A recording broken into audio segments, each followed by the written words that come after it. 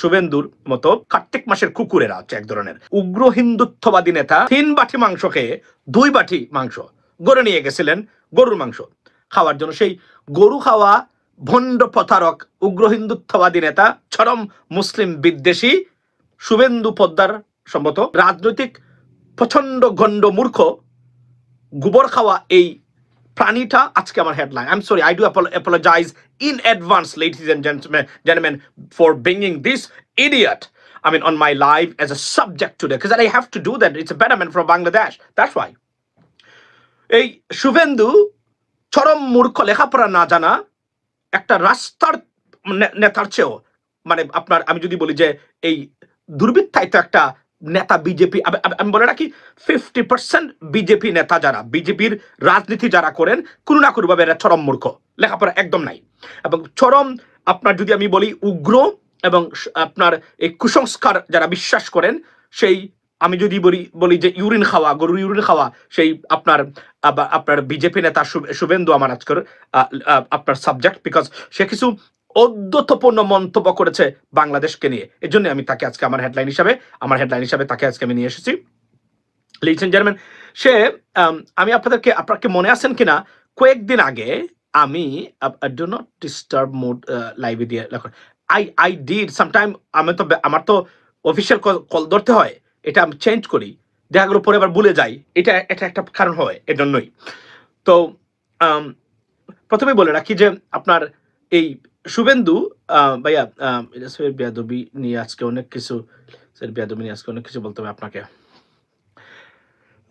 তো শুভেন্দু করেছে কি আজকে বলছে, আপনারা 2 সপ্তাহ আগে আমি বলছিলাম যে কিভাবে শেখ হাসিনাকে তারা বাংলাদেশে প্রত্যাবর্তন করার পরিকল্পনা করতেছে ভারত, এবং একটা গভীর ষড়যন্ত্র এবং একটা কেওস সৃষ্টি করার জন্য তারা একটা পরিকল্পনা হাতে নিয়েছেন, মানে আপনার ভারতীয় কর্তৃপক্ষ, যেটা আমি জেনেছি। আমি এটা ডিটেইলস আপনাদের সামনে সম্পূর্ণ একটা ভালো সময়ে এটা আমি নিয়ে আসতে চাই আপনাদের সামনে, আমি কথা বলতে চাই এই বিষয়গুলো নিয়ে। লেডিস এন্ড জেন্টলম্যান, আজকে শুভেন্দু বলেছে যে শেখ হাসিনা বৈধ প্রধানমন্ত্রী, বাকি যারা আছেন ডক্টর মোহাম্মদ ইউনূস সরকার অবৈধ, এবং বলছে যে মুসলিম রাষ্ট্রগুলোতে এগুলো হয়ে থাকে, এবং উনি আবার বাংলাদেশে ফিরবেন, এবং বাংলাদেশের এয়ারপোর্ট শাহজালালে আবার ফিরবেন, উনাকে ফিরতেই হবে ইনশাআল্লাহ, মানে যে কোনো একটা জোর দিয়ে বলছে, I mean she would return to Bangladesh politics, Sheikh Hasina বক্তব্য।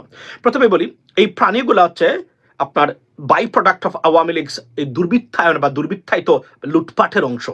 এই শুভেন্দু কল্পনা করেন কত টাকা খেয়েছে, কত কোটি টাকা এই শুভেন্দুর নামক রাস্তার, মানে আপনার মূর্খ, যে সে সম্ভবত 8 না 9 পর্যন্ত পড়েছে, আমি শুনলাম, আমি যদি if I am not wrong, এই মূর্খ চরম, আমি যদি বলি যে আপনার ওই উগ্রবাদী, এই আপনার সে আজকে আপনার বলেছে যে বাংলাদেশে সে ফিরবে, এবং এরা টাকা খেয়েছে, এবং আপনি জানি যে মানে ভারতীয় মিডিয়াগুলা স্পন্সর্ড বাই আওয়ামী লীগ, এবং এই যে লুটপাটের অংশ, এতটা লুটপাট হয়েছে বাংলাদেশে যে এই লুটপাটের টাকাটা দিয়ে তারা এগুলাকে বাংলাদেশ বিরোধী মন্তব্য করা থাকে, এবং এখন পর্যন্ত সরকার বাংলাদেশে এই চ্যানেলগুলাকে মানে ব্যান করে নাই।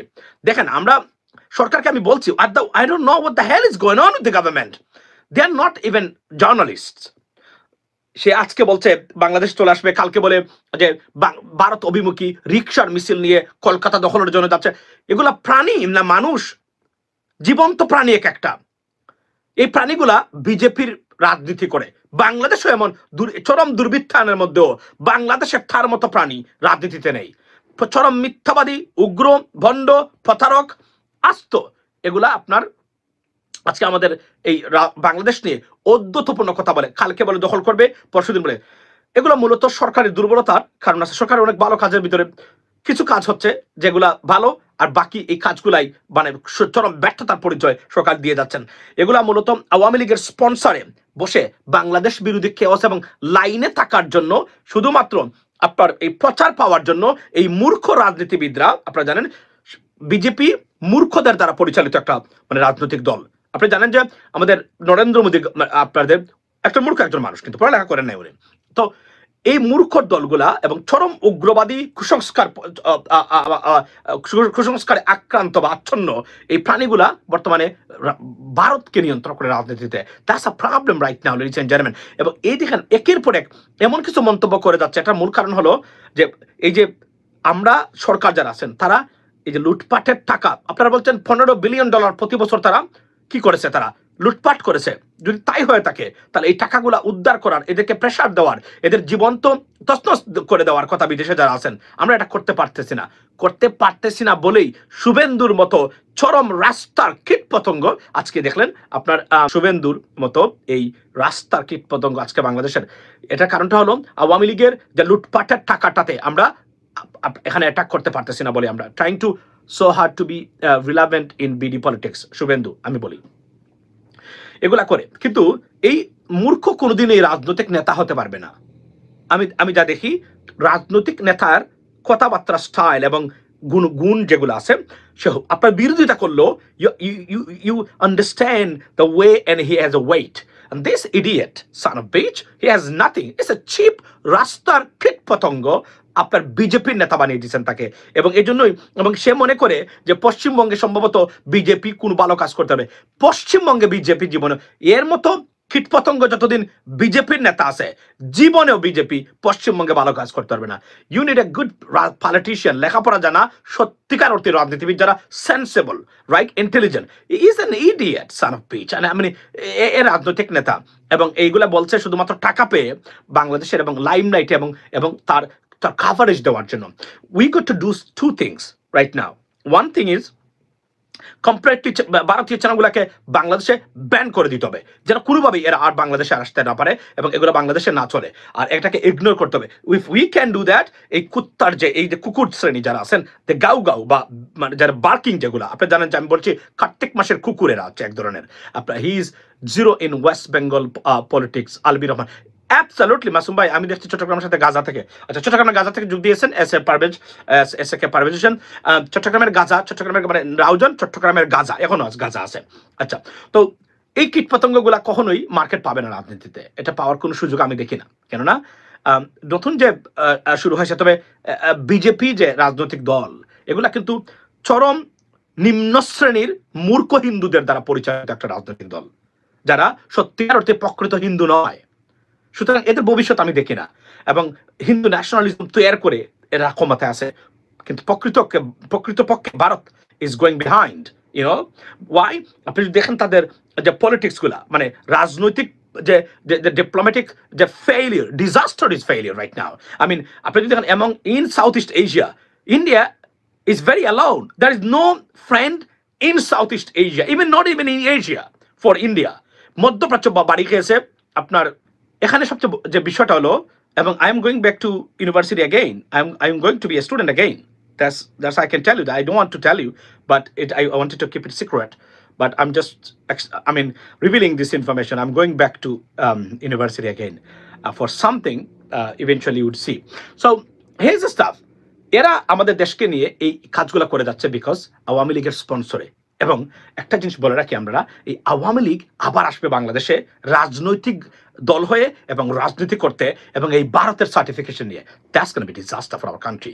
আওয়ার কান্ট্রির জন্য সবচেয়ে ন্যাশনাল সিকিউরিটি থ্রেট কোনটা?